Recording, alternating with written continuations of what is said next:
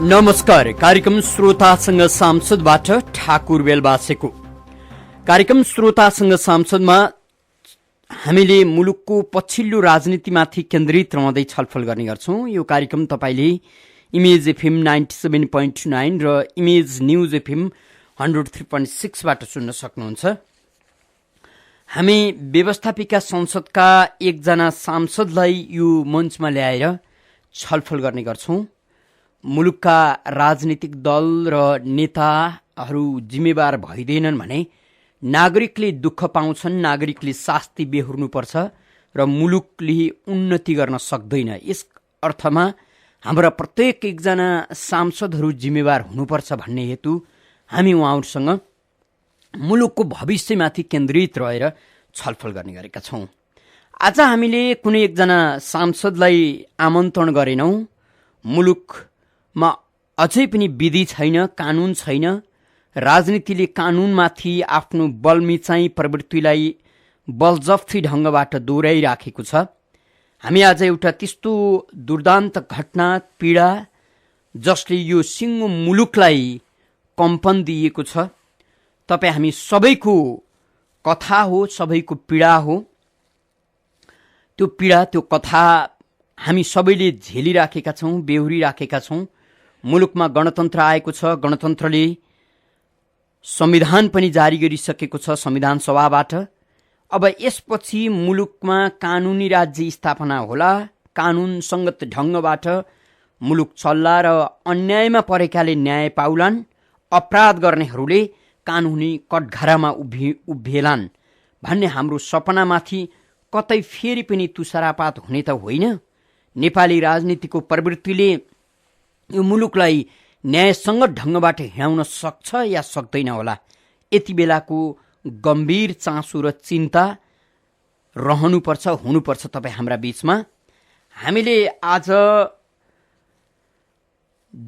युद्धताका एकीकृत माओवादी जति बेला माओवादी थियो, जति बेला मुलुकमा युद्ध चर्किएको थियो, त्यो बेला सामान्य घरयासी कारणबाट एउटा परिवारका 2 जनालाई हत्या गरिदिए। त्यसपछि त्यो परिवार न्यायको खोजी गर्दै न्यायालयमा पुग्यो। 18 वर्षसम्म न्यायको पर्खाइमा बसेको पीडित परिवारले कहिले न्याय पाउँछ, त्यसमाथि नागरिक राजनीतिक हस्तक्षेप हुन्छ, कहिले फेरि न्यायको आश गरेर अदालत जान्छ, फेरि लामो प्रक्रिया सहनुपर्छ। अन्ततः सर्वोच्च अदालतले फेरि अर्को एकपटक मुलुकमा नयाँ संविधान जारी भइसकेपछि न्याय दिलाएको छ। उज्जन कुमार श्रेष्ठ र गणेश कुमार श्रेष्ठको हत्या र हत्यारालाई कानूनी कटघरामा उभ्याइनुपर्छ भनेर जिकिर गर्दै अदालतको ढोका ढकढकाउनु भएका सावित्री श्रेष्ठ, जो उहाँहरूको दिदी र बहिनी हुनुहुन्छ, उहाँले न्याय पाउनु भएको छ। तर यो न्याय अब कार्यान्वयन हुन्छ कि हुँदैन, अदालतको फैसला कार्यान्वयन हुन्छ कि हुँदैन, यो 18 वर्षको अवधिमा एउटा परिवारले कति शास्ति भोग्यो होला। आफ्ना 2 सन्तान र आफ्नो नातिनी गुमाएकी आमाको मन कस्तो भयो होला। हामी आज उहाँसँग कुरा गर्ने प्रयास गर्छौं। अत्यन्तै कठिन कुरा पनि हो। फेरि पनि जर्जर बन्दै गएको नेपाली राजनीति र राजनीतिभन्दा माथि कानून पनि हुन सक्दैन भन्ने दाबी गर्दै आएका नेताहरू यस्ता कथा र यस्ता पीडाबाट झस्काउँदैनन् भने न त गणतन्त्रको सौन्दर्यता देखिनेछ, न त नयाँ संविधानको अर्थ हुनेछ। हामीसँग उज्जन कुमार श्रेष्ठ र गणेश कुमार श्रेष्ठकी आमा हाम्रो स्टुडियोमा हुनुहुन्छ। उहाँसँग हामी कुराकानी गर्छौं। उहाँ अहिले उमेरले 84 वर्ष हुनुभएको छ, रामकुमारी श्रेष्ठ। हामी उहाँसँग कुराकानी गर्छौं। आमा, यहाँलाई स्वागत छ। सुन्नु भएको छ आमा? सुनेको छु। कस्तो छ हजुरलाई अहिले? सन्चो बिसन्चो कस्तो छ?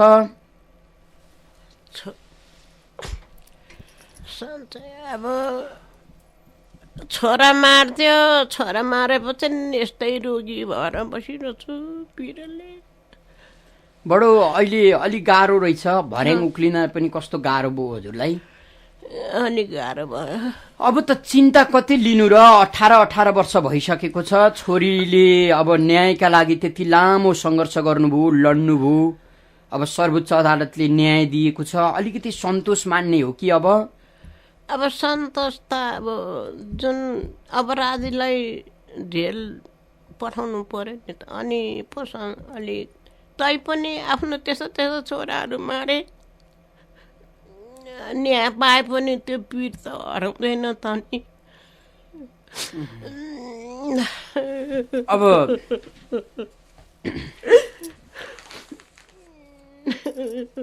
तर न्याय पाइयो भने त कम्तीमा अब घटना त घटिहाल्यो, अब के गर्नु, त्यही पनि न्याय पाइयो भने त देशमा सरकार छ, न्याय हामीले पाउने रहेछौँ, देशमा कानुन पनि रहेछ भन्ने त होला नि, अलिकति थोरै सन्तोष त होला कि आमा?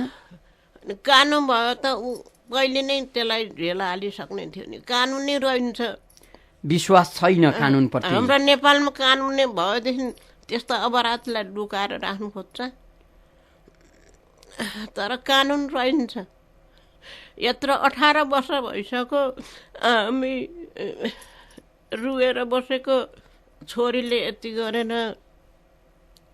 जताततै जाँदा हिँड्दा जे भए पनि न्याय पाएँ भन्नु पाउनु चाहिँ, तर न्याय पाए पनि यो पीड त छोरा। आमा त्यो बेला त राजनीति गर्ने मान्छेहरूलाई युद्धमा कि त माओवादीको विरोध गर्नेहरूलाई मार्ने, कि त सरकारी पक्षहरूलाई मार्ने, कि त राजनीति गर्ने दलका कार्यकर्ता नेतालाई मार्ने, अब माओवादीमा लागेकालाई पनि राज्य पक्षबाट मार्ने, त्यस्तो काम गर्थे।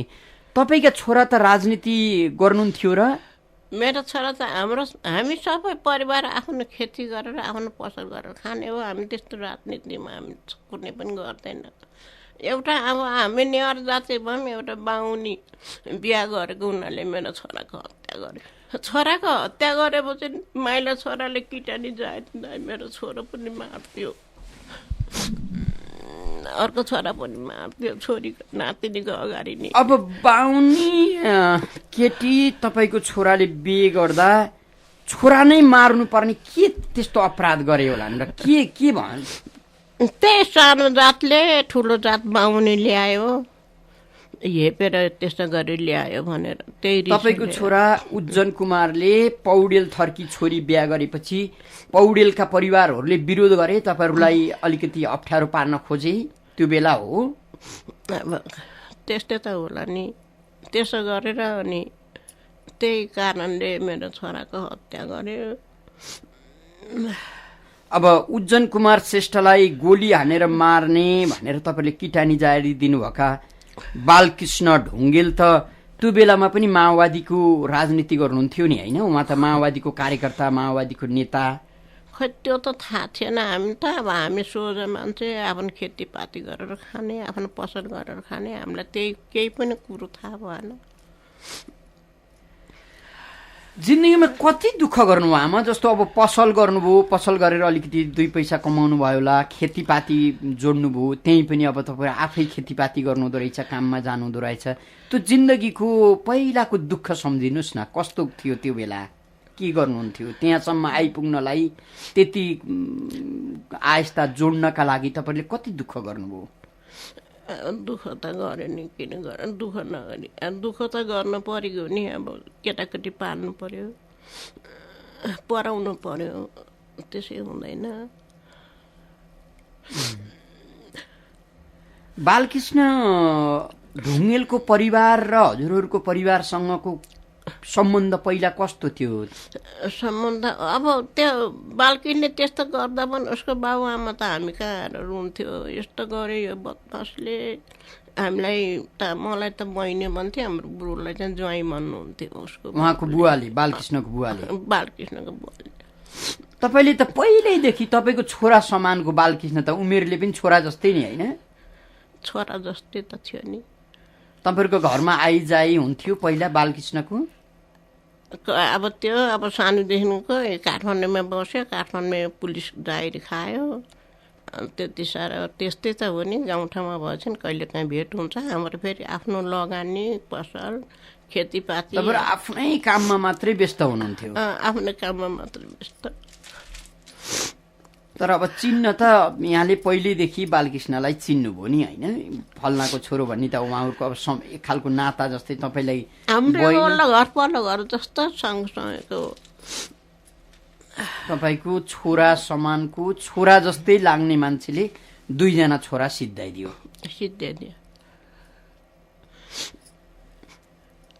अब अदालत जानुभयो, यति लामो सङ्घर्ष गर्नुभयो, अब कम्तीमा सर्वोच्चले फेरि पनि न्याय दिएको छ। अब त न्याय पाइएला।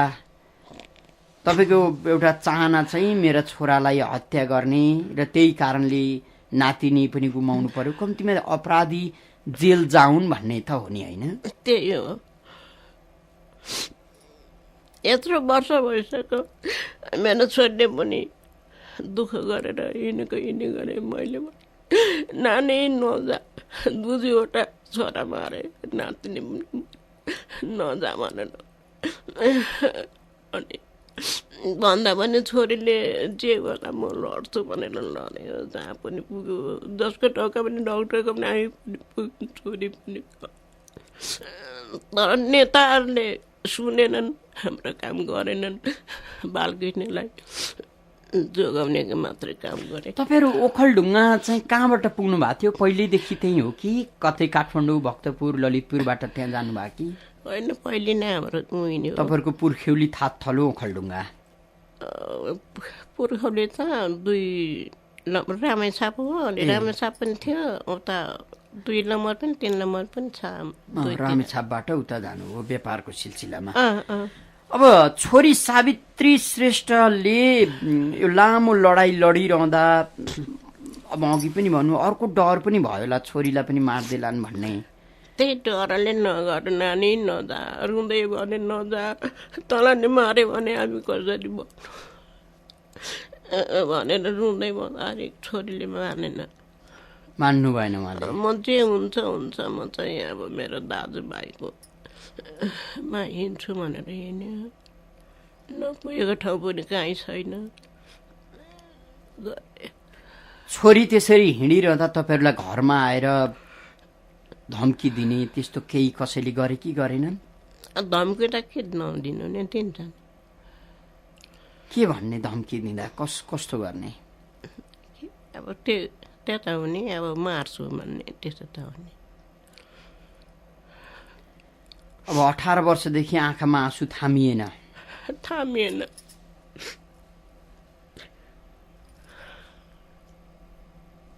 तपाईँहरूको ठुलो परिवार भइकन पनि बडो शान्त, सबै एकै ठाउँमा बसिने, व्यापार गर्ने, बनिबुत गर्ने, दुःख गर्ने परिवार रहेछ हो?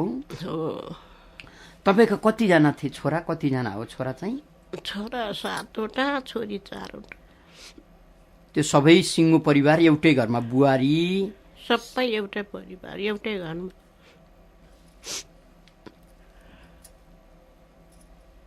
अब सम्झन त गाह्रो, त्यही पनि अब गणेश कुमार श्रेष्ठ माइलो छोरा? माइलो छोरा। उज्जन चाहिँ? उज्जन चाहिँ काइलो। उहाँहरू अब छोरा त आमालाई राम्रै लाग्छ, तर पनि एउटा उहाँहरूको व्यवहार, उहाँहरूको सोचाइ, उहाँहरूको काम गर्ने शैली, तपाईँका प्रति गर्ने व्यवहार, घरका प्रति गर्ने व्यवहार कस्तो थियो? कस्तो आफ्नो काम गर्ने, काममा त्यस्तो त हो नि।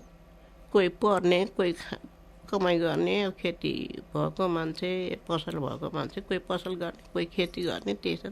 उज्जनको त्यस्तो घटना हुँदा पहिला केही तपाईँहरूले छनक पाउनु भएको थिएन? उज्जनलाई नराम्रो होला, अब पौडेल थर्की छोरी बिहे गरेपछि गाउँमा अलिकति खटपट भयो, त्यसपछि केही होला, कस्तो होला भन्ने केही सोच थियो?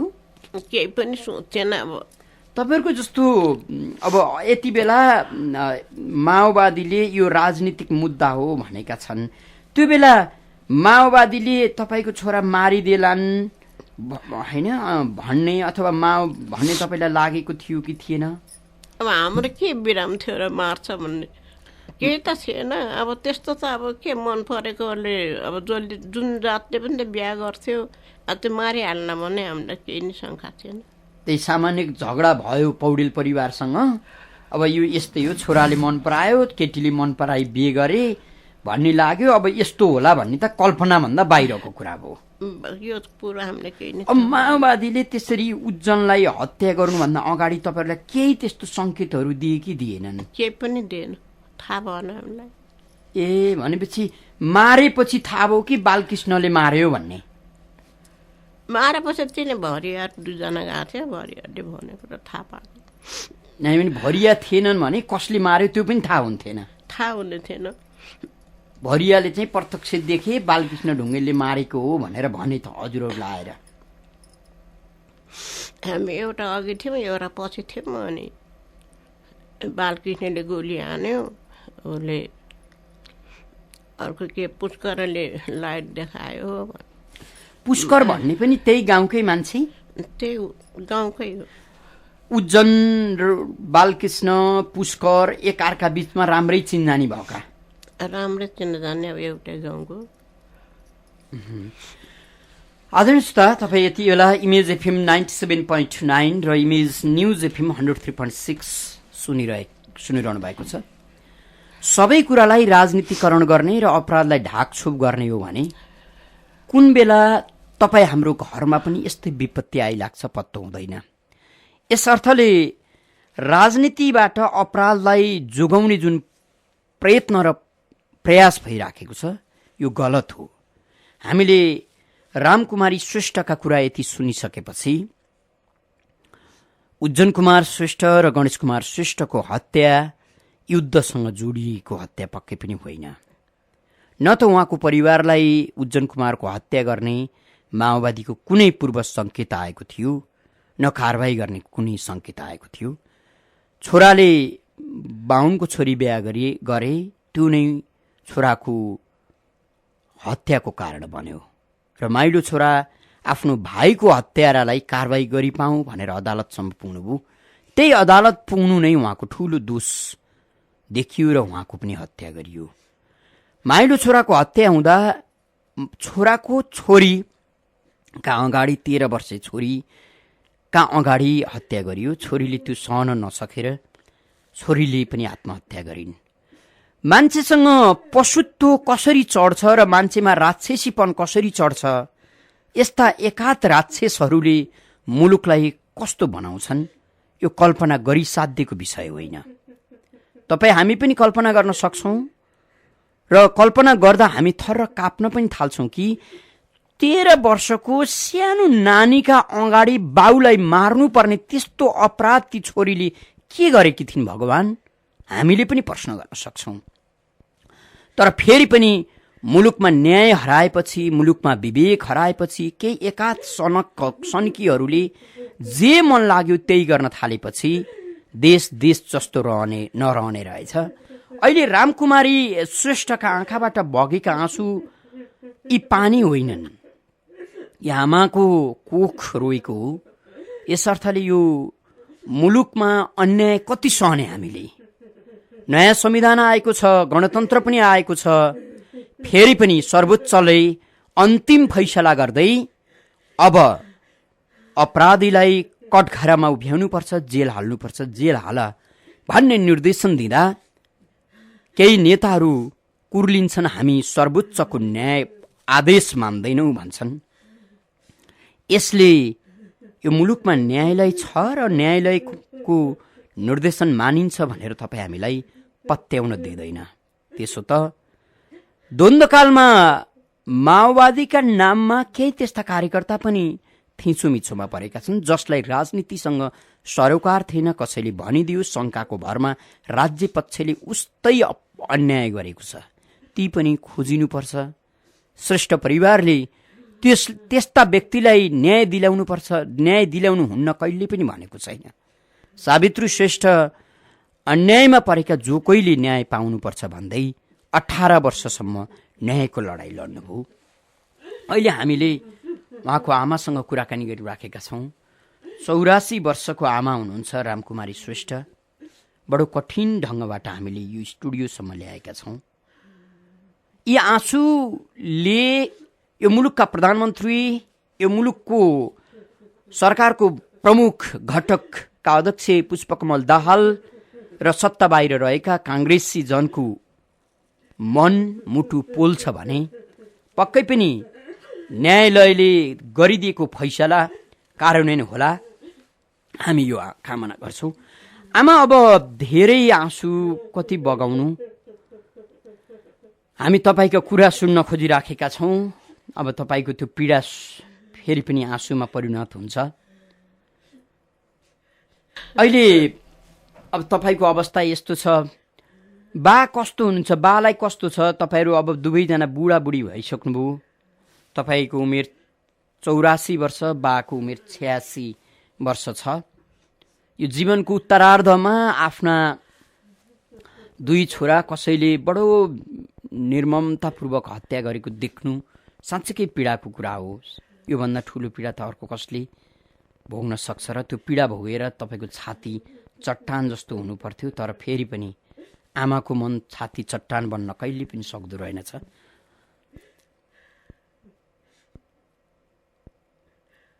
दिउँसो अब बा तपाईँ सँगसँगै बस्नुहुन्छ? सँगै बस्छ। रोगी हुनुहुन्छ, मुटुको रोगी, अहिले 25 वर्षमा केही गर्न सक्नुहुन्न, कहीँ हिँड्न सक्नुहुन्न।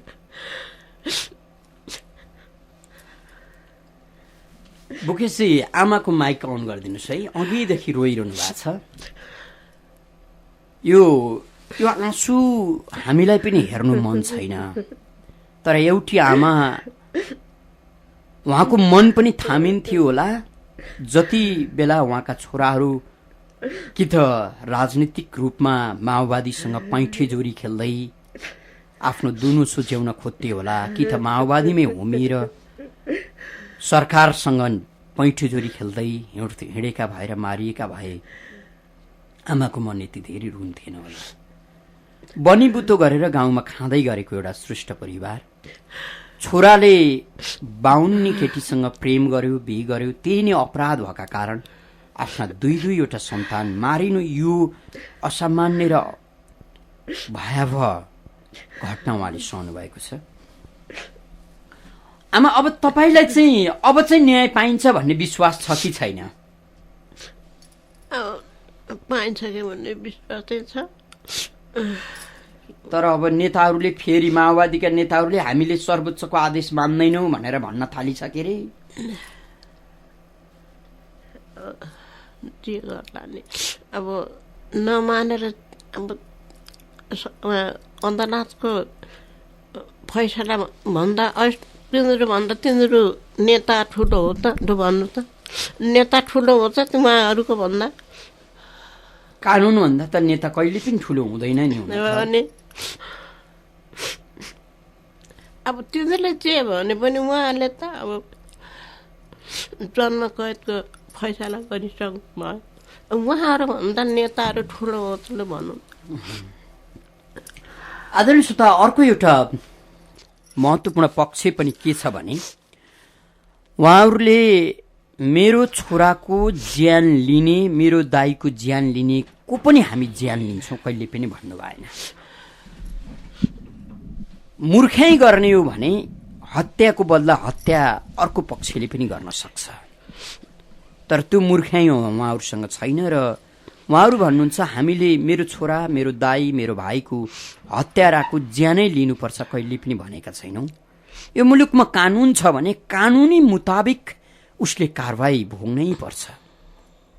कम्तीमा कारवाही अपराधीले कारवाही भोग्यो भने हामीले पनि सन्तोषको सास फेरौँला भन्नुहुन्छ। आमा, अब छोराहरूको याद नआउने त कुरै भएन। जस्तो हामी कहाँ सपना यस्तो देखेँ, उस्तो देखेँ, सपनामा यस्तो भन्यो भन्ने चलन छ नि। हजुरले सपना देख्नुभयो कि देख्नु भएन? छोराहरूले सपनामा आएर तपाईँसँग केही भने कि भनेनन्?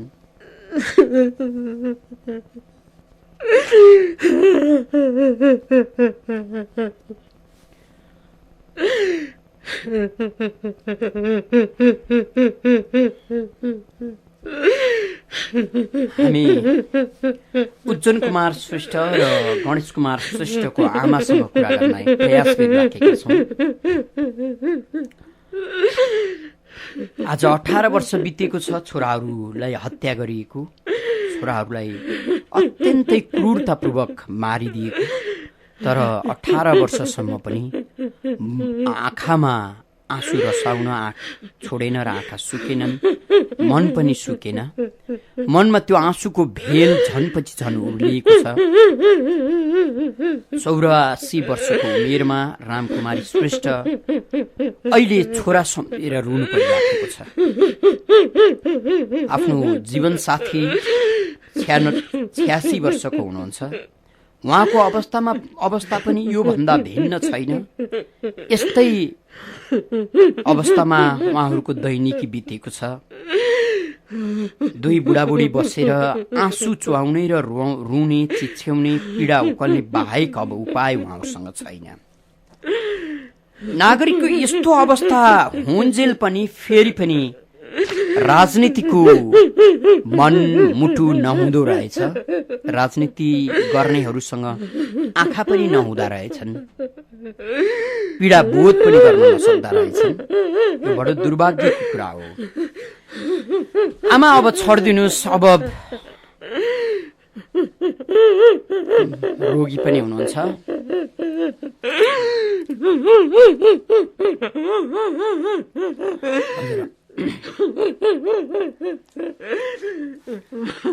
हामीले रामकुमारी श्रेष्ठसँग कुराकानी गर्न खोजिता राखेका छौँ, तर उहाँका यी आँसु हुन् हामीसँगका संवाद। आँसुले गर्ने संवाद बोलीले कहिले पनि गर्न सक्दैन।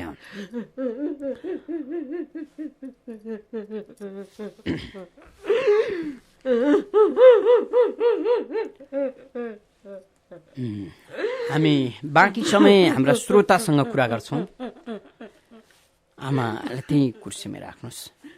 बुगेसी कोही श्रोताको टेलिफोन लिउँ 4006525 र 4006526मा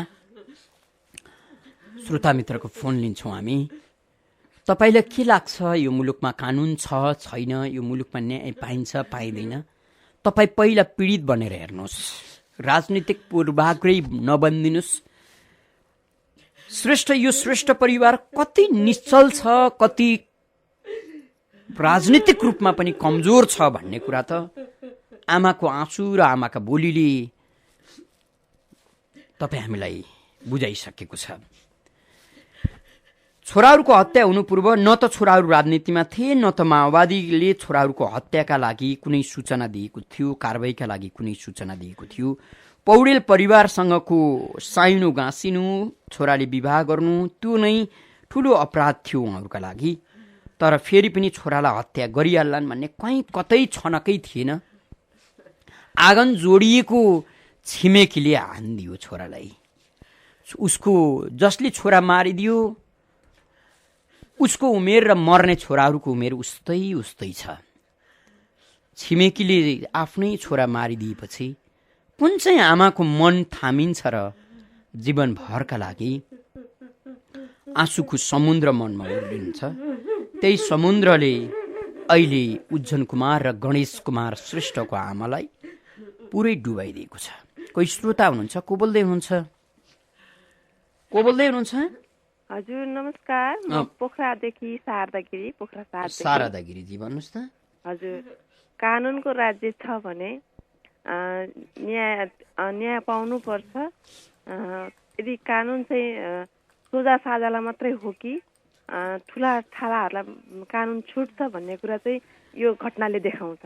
हजुर, यहाँलाई हामी धन्यवाद दिन्छौँ शारदाजी। शारदागिरी हुनुहुन्थ्यो पोखराबाट। यहाँहरूलाई स्मरण गरौँ, 2066 सालमा सर्वोच्च अदालतले उज्जवल कुमारका हत्यारा बालकृष्ण ढुङ्गेललाई सर्वस्व सहित जन्म कैद हालिदिनका लागि आदेश दियो। आदेश आइसकेपछि कार्यान्वयनमा शङ्का गर्दै सावित्री श्रेष्ठ प्रधानमन्त्रीको ढोका ढकढक्याउन जानुभयो र मानवाधिकारवादीहरू पनि गए। प्रधानमन्त्री माधव कुमार नेपाल हुनुहुन्थ्यो त्यो बेला। सावित्रीजी तपाईँ ढिला आउनुभयो। हिजो मात्रै पुष्पकमल दाहाल, बाबुराम भट्टराई र बालकृष्ण ढुङ्गेलहरू आए। मैले वचन दिएँ तपाईँ याद गर्नुहोस्, प्रधानमन्त्रीको यो वाक्य सुन्दा तपाईँको मन कस्तो हुन्छ होला? सर्वोच्च भन्दा माथि छन् यो मुलुकका प्रधानमन्त्री। सर्वोच्चले कैद सजायको फैसला गरिदिन्छ, प्रधानमन्त्रीले त्यसलाई म उल्टाइदिन्छु भनेर अपराधीलाई आश्वासन दिन्छन् र पीडितलाई भन्छन् तपाईँ ढिला हुनुभयो, अब तपाईँ आन्दोलन गर्नुहोस्, सडकमा जानुहोस् भनिदिन्छन् प्रधानमन्त्रीले। सावित्रीसँगै एमालेका कार्यकर्ताहरू पनि थिए। प्रधानमन्त्रीज्यू, हामी कसरी आन्दोलन गर्न सक्छौँ र कसरी ओखलढुङ्गा फर्किन सक्छौँ? हाम्रै एमालेका कार्यकर्ताले तपाईँलाई के भन्लान्? प्रश्न गर्दा उहाँसँग जवाफ केही पनि थिएन। बाबुराम भट्टराई प्रधानमन्त्री भएका बखत बालकृष्ण ढुङ्गेलको मुद्दा फिर्ता लिइयो, उहाँलाई आम माफी दिइयो। फेरि पनि सावित्री श्रेष्ठ थाक्नु भएन, अदालत जानुभयो। अहिले अदालतले फेरि अर्को फैसला गर्दै अब चाहिँ पुरानो फैसला कार्यान्वयन गर्नका लागि परमादेश जारी गरिदिएको छ। मुलुकमा नयाँ संविधान आएको छ, मुलुकमा गणतन्त्र आएको छ। एउटा परिवारले न्यायका लागि लामो सङ्घर्ष गरेको छ। न्याय माग्दा माग्दै परिवारका कैयन सदस्यहरू रोगिएका छन्, बा आमा आँसुको समुद्रमा डुबेका छन्। एउटी छोरी जो आफ्नो ज्यान हत्केलामा राखेर न्यायको लागि लडिराखेकी छिन्। कैयौँ पटक उनलाई हत्या गर्ने सूचना आयो, धम्की आयो र कैयौँ पटक करोडौँ पैसा दिने प्रलोभन पनि आयो। न त प्रलोभनमा परिन् सावित्री श्रेष्ठ, न त हत्यासँग डराइन् उनी। मर्न तयार भइन्, भनिन् कि मेरा दुईजना दाजु भाइ मर्दैछन्, मरे मारी भने म एउटा चेली मारिँदा के हुन्छ? दाजुभाइप्रतिको प्रेम चेलीलाई मात्रै थाहा हुन्छ। उनको भनाइ यस्तै थियो। फेरि पनि कोही श्रोता हुनुहुन्छ। को बोल्दै हुनुहुन्छ? कहाँबाट? नमस्ते। हजुर भन्नुहोस् त, कहाँबाट को बोल्नुभयो? भक्तपुरबाट आयुषा थापा। आयुषा थापा, मलाई एकदम दुःख लाग्यो के त्यो आमा रुनुभएको।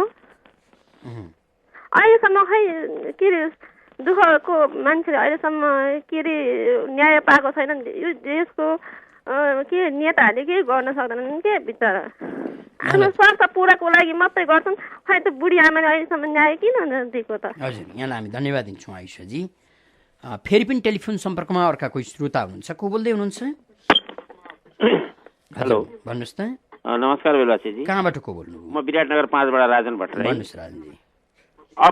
अपराधीलाई संरक्षण दिनु नै महाअपराधी मानिन्छ। हजुर, यहाँलाई हामी धन्यवाद दिन्छौँ राजनजी। फेरि अर्का कोही श्रोता हुनुहुन्छ। को बोल्दै हुनुहुन्छ? हजुर नमस्कार। भन्नुहोस् त। म राममान श्रेष्ठ क्षेत्रपाटी। राममानजी भन्नुहोस्। यो तपाईँले यो कार्यक्रम ल्याइदिनु भयो, हामीलाई धेरै खुसी लाग्यो। इमेज च्यानललाई हामी शुभकामना दिन्छौँ, धन्यवाद दिन्छौँ। र यो न्यायको लागि चाहिँ लडिरहेको उहाँलाई चाहिँ हामीले समर्थन गर्दछौँ। साथै चाहिँ नि यसको लागि चाहिँ नि अब देशवासीहरू सबै उठेर सडकमा पनि आन्दोलन गर्नुपर्छ। यदि सरकारले यो सर्वोच्च अदालतको चाहिँ फैसलालाई चाहिँ कार्यान्वयन नगरिकन त्यसै उनीहरूको प्रधानमन्त्रीको आदेशमा भनेर यसरी बस्यो भने यो देश कहिले केही पनि हुँदैन। हामी निराश छौँ यसमा, त्यसैले सबै लाग्छ। हजुर, फेरि पनि अर्का कोही श्रोता हुनुहुन्छ। को बोल्दै हुनुहुन्छ? नमस्ते। हजुर भन्नुहोस् त। म भानुसिंह ठकुरी बानेश्वरबाट। ठकुरीजी भन्नुहोस्।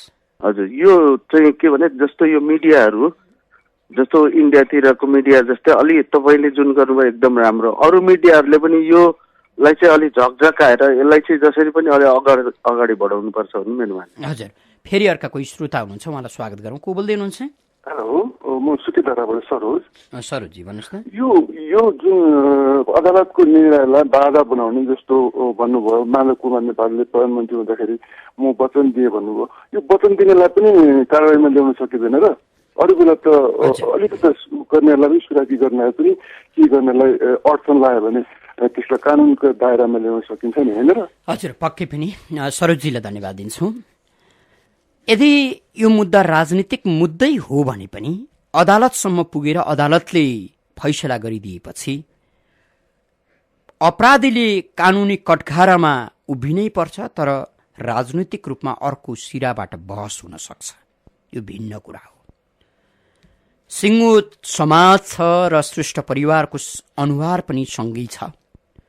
उनीहरूसँग राजनीतिक पूर्वाग्रह राख्नुपर्ने कारण के थियो र उनीहरूले के राजनीति गरे?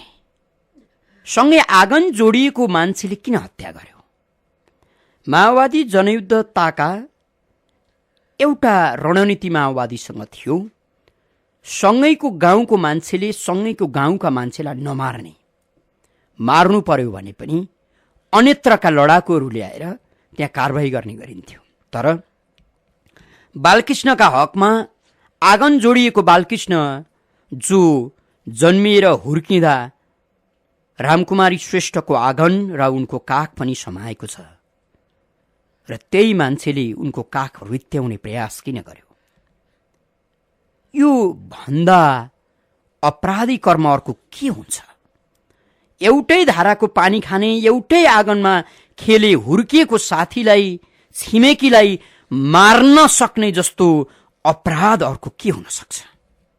यसलाई फेरि पनि कुन चाहिँ आधार र कुन चाहिँ तर्कमा माओवादीहरूले राजनीति भनेर यसलाई व्याख्या गर्न सक्छन्? यो अत्यन्तै पीडा र राजनीतिले जे पनि गर्छ भन्ने दृष्टान्त हो। त्यसो त हरेक घटनालाई राजनीतिकरण गर्ने दलहरूले द्वन्द्वकालमा राजनीतिको कुनै पनि चेतना नभएका मान्छेहरूलाई माओवादीका नाममा सरकारले चरम यातना दिएको छ। ती यातनालाई पनि भुलाउने प्रयास किन गरिँदैछ? यो पनि अर्को उत्तिकै सोचनीय विषय हो। हामी रामकुमारी श्रेष्ठसँगै छौँ। आमाका आँसु थामिएका छैनन्, उहाँ रोइरहनु भएको छ। उहाँसँग कुराकानी गर्न सक्ने अवस्था छैन। आमा, अब हामी कार्यक्रमको अन्त्यमा पनि छौँ। हजुरलाई चाहिँ अहिले जस्तो स्वास्थ्यका हिसाबले अघि पनि सोधेँ, विभिन्न रोगहरू लागेका छन् भन्नुहुन्छ। राति निन्द्रा कतिको पर्छ, कति सुत्नुहुन्छ? के सुत्नु, छोराहरूको अगाडि जल्छन्, सुत्न सकिँदैन। छोरा भन्छ आमा पानी दिनु न, मेरो छोराले मर्दै बेला पानी दिनु।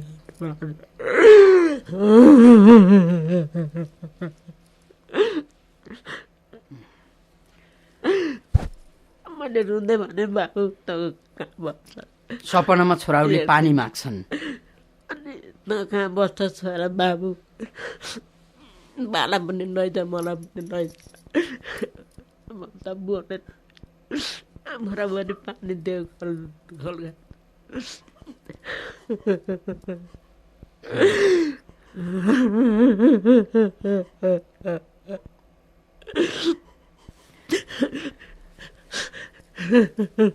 श्रोता मित्र, उज्जन कुमारको हत्या गोली हानियो।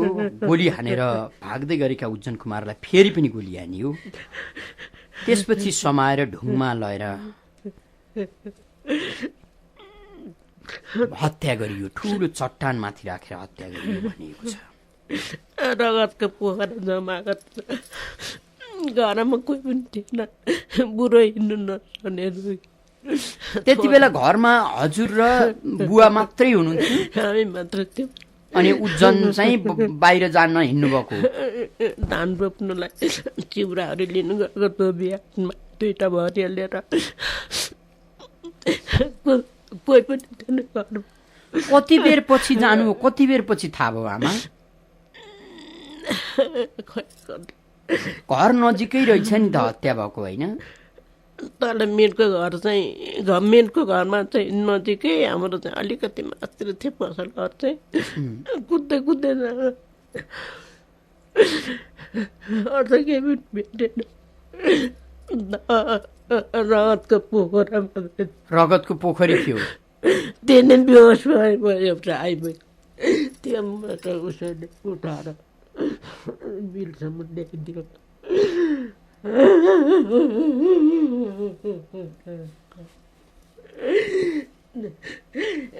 घरमा बाउ त सन्चो पुग्नु बाबु मैले देख्नु पर्ने थिएँ। उहाँ के गर्न सक्नु, नहिँड्नु नि सक्नु।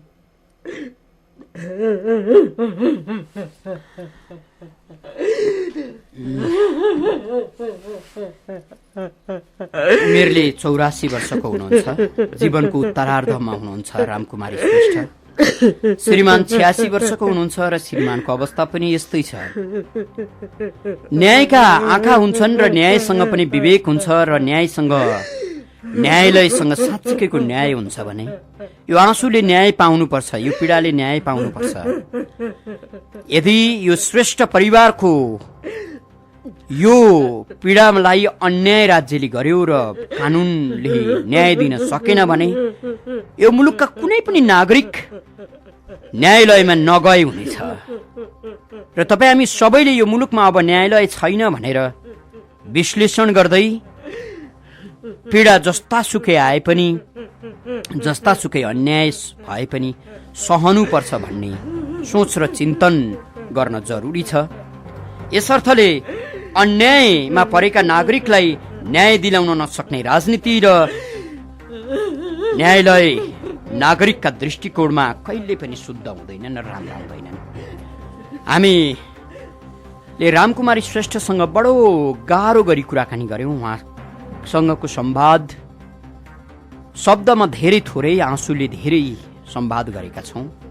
यो आँसुको मूल्य र यो आँसुको भाषा बुझ्ने विवेक यो राज्यसँग छ र राजनीतिक दलहरूसँग छ भने उहाँको परिवारले न्याय पाउनुपर्छ। फेरि पनि तपाईलाई स्मरण गरौं, उहाँका छोराले पौडेल थर्की एकजना युवतीसँग प्रेम गर्नुभयो, विवाह गर्नुभयो। त्यही कारण दुई-दुईजना छोराले ज्यान गुमाउनु पर्यो, छोराको हत्या गरियो, आफ्ना अगाडि बाउको हत्या गरिएको पीडा सहन नसकेर 13 वर्षीय नातिले पनि आत्महत्या गरिन्। अहिले श्रेष्ठ परिवारमा आँसु सिवाय केही पनि छैन। आँसुको समुद्रमा डुबुल्की मार्दै बाँच्न विवश श्रेष्ठ परिवारले सर्वोच्च अदालतको न्यायको पर्खाइमा बसेको छ र न्यायको फैसला पनि पाएको छ र कार्यान्वयनलाई हेरेर बसिराखेको छ। कार्यक्रम सुनेर र कार्यक्रममा सहभागिता जनाइदिएर साथ दिनुहुने सम्पूर्णलाई धेरै धेरै धन्यवाद दिँदै सहकर्मी दुवै रमेश महर्जन अनि बुकेश महर्जनका साथमा ठाकुर बेलबासे बिदा हुन्छु। नमस्कार।